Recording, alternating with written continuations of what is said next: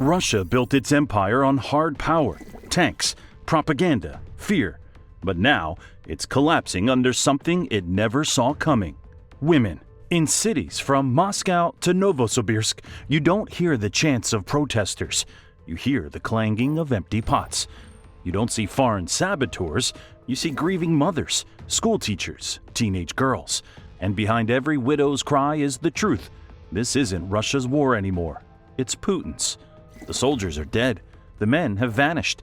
And now the women are rising. Not with guns, but with grief. And in a regime built on control and silence, their defiance is louder than any missile strike. Putin can crush opposition parties. He can jail artists and censor the web. But he can't jail every mother. He can't silence every kitchen. And that's why, as you're about to see, Russia is falling from the inside out. But you haven't seen what they're willing to do yet. Because to understand why Putin is losing this war, you first need to understand what happened to Russia's men. And the numbers are beyond shocking. In 2020, women made up about 54% of Russia's population, normal for most countries. Alcohol, disease, the usual suspects, keeping male life expectancy lower than female. But since February 2022, something unprecedented happened. According to demographic analyses from 2024, women now constitute roughly 63% of Russia's population. Let that sink in. 2/3 female. That's not a gender gap, it's a demographic catastrophe. Over 120,000 Russian men have been killed in combat since the invasion began. Hundreds of thousands more fled the country to dodge conscription. Armenia, Georgia, Kazakhstan, Turkey. They left everything behind and ran. And the ones who stayed, they're in hiding, off the grid, living in apartments without paperwork, working cash jobs, avoiding every database the state monitors. The result is entire age brackets of men simply gone, vanished into graves of exile. A 2025 analysis titled "The Ghost Demographics of Russia" laid it bare. Villages across Siberia, the Urals, and rural provinces now house only women, elderly, and children. The men disappeared. Hospitals are closing entire maternity wards. Not enough births to justify keeping them open. Town squares that once echoed with men's voices now sit silent except for the shuffling of babushkas and the cries of fatherless children. Walk through rural Buryatia or the Altai Republic and you'll see it. Shuttered shops, abandoned farms, houses with only widows inside. The demographic map of Russia is turning into a graveyard punctuated by empty cribs. The Russian population pyramid no longer looks like a pyramid. It looks like a crumbling tower, wide at the top with grandmothers and hollow where young men should be. This isn't theory. This is what happens when you wage war without end. You lose an entire generation, and when that generation is gone, the women left behind ask one simple question: why? That question is spreading like wildfire, and it's turning Putin's so-called patriots into his worst nightmare. Let's be clear, these aren't the opposition activists Putin spent years jailing. These aren't the dissidents he labeled foreign agents. These are the women who believed him, who sent their husbands and sons off to fight, who thought they were defending the motherland. And now they're standing in Pushkin Square in Moscow dressed in black, screaming at the Kremlin, "Give us back our husbands! Stop your war!" The movement calls itself Put Domoy, the way home. Hundreds of wives and mothers demanding their men return. And here's the thing that terrifies the regime. These women used to support Putin. They weren't radicals, they were believers. But after months turned to years, their pride turned to anguish, and anguish turned to rage. According to the Moscow Times, in mid-2024, the Russian government branded these mothers and wives as foreign agents, the ultimate Kremlin insult. They're not foreign agents, they're Russian mothers who lost their sons and are demanding answers. And they're asking the one question that destroys all propaganda: why did my son die while the sons of officials party on beaches in Dubai? No state TV presenter has an answer for that. Putin certainly doesn't, but it gets worse. The men who died for the motherland are now drowning in state neglect. This isn't just a failure of logistics, it's a metaphor for the entire war. The state uses you, breaks you, buries you, and then lets you sink. And while widows weep over graves, other women discovered a weapon Putin never saw coming. If you think this is just about sanctions or tanks, keep watching, because what's happening in Russia's kitchens is more dangerous than any NATO weapon. Because it's hard to jail someone for making noise in their own kitchen. From Kaliningrad in the west to Vladivostok in the east, spanning 11 time zones, you hear it, the clanging of empty pots. It's called the cacerolazo, borrowed from Latin American protesters, and Russian women have turned it into a symphony of defiance. They throw open their windows, grab cookware, and bang, metal on metal, spoons on pans, an empty pot making an unanswerable statement. We cannot feed our children. And Putin can't stop it. Police can't arrest a woman for cooking in her own home. Security services can't raid every apartment in Moscow because someone's making noise at dinner time. The sound is everywhere and nowhere, unstoppable. Why empty pots? Because food prices in Russia have skyrocketed. The Kremlin raised VAT from 20% to 22% effective January 1, 2026 to fund the war. Sanctions choked supply chains. Staples like bread, eggs, and cooking oil now cost double or triple what they did in 2021. The kitchen table economy is collapsing, and every clanging pot is a vote of no confidence. Russian history is haunting Putin right now. In 1917, female-led bread riots in Petrograd ignited the Russian Revolution. Women, not soldiers, not intellectuals, stormed the streets, demanding food, and toppled the Tsar. Putin knows this history. His security services know it, and they're watching the same pattern emerge. The empty pot march isn't just protest, it's a warning. When women can't feed their families, regimes fall. But if Putin thought angry mothers banging pots were his biggest problem, he was wrong. Because to keep his war machine fed with bodies, he built something far more dystopian, a digital gulag. On October 1, 2025, Vladimir Putin signed the largest conscription decree in 9 years. 135,000 young men ordered into uniform. But this time, there's no escape. Russia rolled out a new electronic draft system. The moment a conscription notice hits your government portal account, you are legally summoned.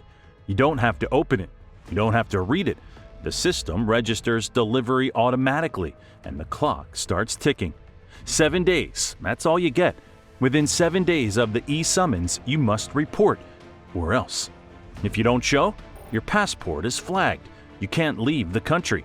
Your driver's license is suspended. After 20 days, you can't take loans. You can't sell property. You become a non-person in the digital economy. Putin took almost 140 million Russians hostage with lines of code. Think about that. No checkpoints, no border guards dragging people off trains. Just an algorithm that turns you into a ghost in your own country. Men across Russia panicked. Flights to Armenia, Turkey, and Central Asia sold out within hours. Airport security began profiling young men, pulling them aside, checking draft status on government databases right there at the gate. Those who could afford it fled immediately. Those who couldn't went underground, deleting social media, avoiding hospitals, working off the books. Some men stopped using their phones entirely, knowing every ping could give away their location. Others moved constantly, couch surfing, never staying in one place long enough to be found. The digital surveillance state forced an entire generation into the shadows. One father in St. Petersburg said it best.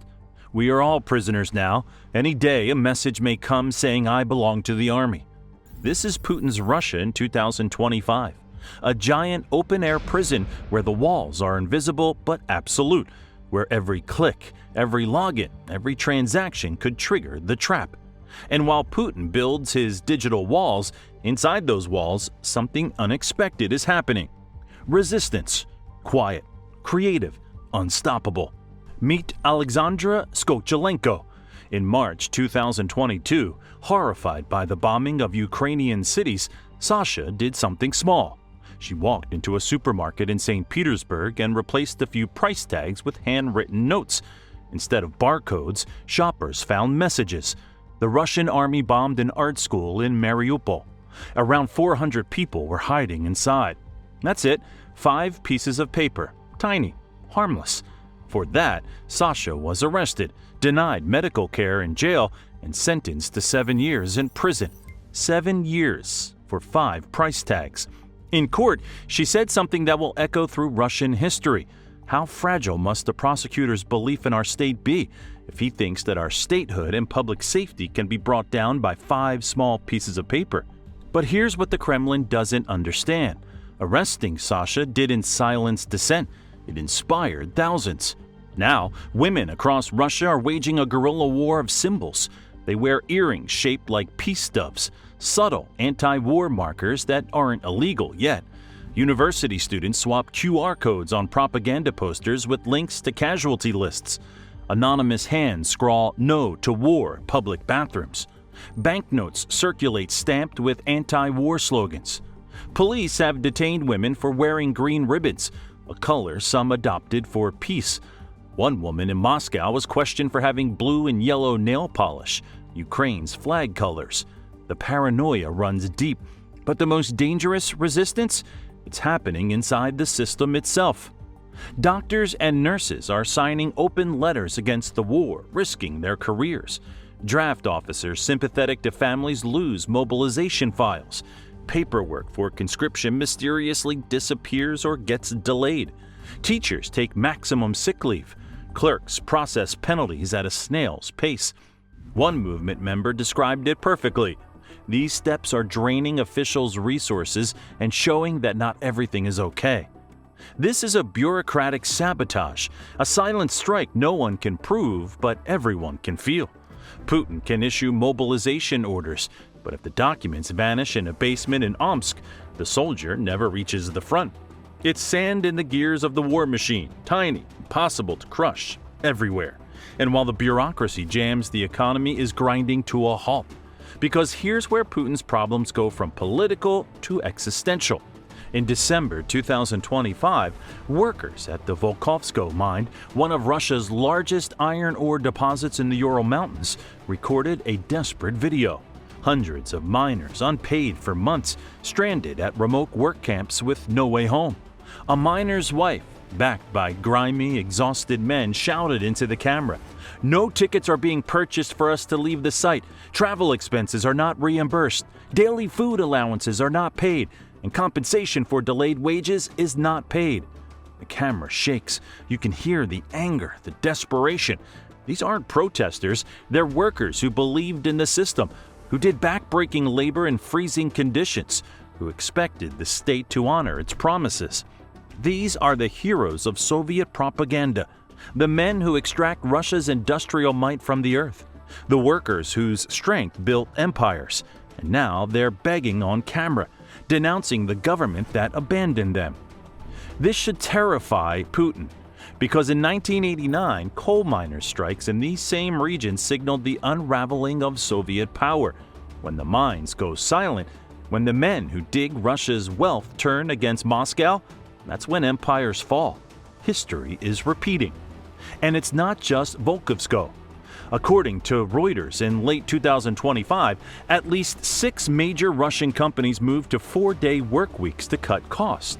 Avtovaz, Russia's largest car maker, slashed hours because unsold inventory is piling up. Russian Railways, the country's biggest employer, is forcing workers to take unpaid leave. Even Uralvanganzavad, the defense contractor that makes tanks, had to trim hours for civilian employees. Official unemployment looks low on paper, but only because companies avoid formal layoffs. Instead, they cut hours, slash wages, leave workers in limbo. Meanwhile, inflation is crushing households. The VAT hike made everything more expensive overnight. Food, fuel, medicine. Families are drowning. According to official Russian data, overdue wage arrears more than tripled between 2024 and 2025. Non-military sectors of the economy shrank over 5%. The war economy Putin brags about? It's cannibalizing the civilian economy. And here's the dangerous part. This creates the triangle of anger that topples regimes. The soldier in the trench is angry because he has no ammunition, no boots, no rations. The factory worker is angry because his paycheck is halved or gone. The mother at home is angry because the pot is empty and prices have doubled. When these three types of anger meet, revolutions happen. Putin knows this. His security services know this. They're panicking, and their desperation shows in what they're doing to the poorest regions. In Buryatia, one of Russia's poorest, most remote republics, Volunteer went door-to-door in mid-2025 with an unusual request. They asked residents to donate refrigerators, not money, household fridges, for the army, to store medicines at field hospitals on the front. They also asked for motorcycles, wheelchairs, canes, and bottled water. Think about the humiliation. The second most powerful military in the world, according to Putin, is begging its poorest citizens for used appliances. In Irkutsk, another Siberian region, teachers' annual bonuses were cut to fund the war. They told us there's no money left for the special military operation, so they took ours, one teacher said bitterly. This is state banditry. In Moscow, at the prestigious Bauman Moscow State Technical University, students are offered physical education credits in exchange for knitting camouflage nets for soldiers. Future engineers and scientists hunched over yarn instead of textbooks. The education system militarized. Innovation sacrificed for war. But here's the part that makes Russians truly angry. Charitable donations to the army quadrupled in 2025. That sounds patriotic, right? Until you dig deeper. Families aren't donating because they support the war. They're donating because the army isn't feeding their sons. Parents send food, warm clothes, first aid kits, even night vision goggles, because horror stories abound of soldiers going into combat unprepared. These donations aren't charity, they're ransom. Families paying to keep their relatives alive because the state abandoned them. And investigations by independent outlets found that much of the aid never reaches the front. Corrupt middlemen skim it off. So families sacrifice their savings, and their sons still freeze in trenches. This exploitation is particularly cruel in Russia's ethnic minority regions. Buryatia, Tuva, Dagestan, Chechnya. These republics have seen far higher per capita casualties than Moscow or St. Petersburg. Their young men were lured by military contracts as a rare path out of poverty, and now they're dying at rates that dwarf the capital. Moscow not only drafts their sons, it also passes around the collection plate for a war these regions never wanted.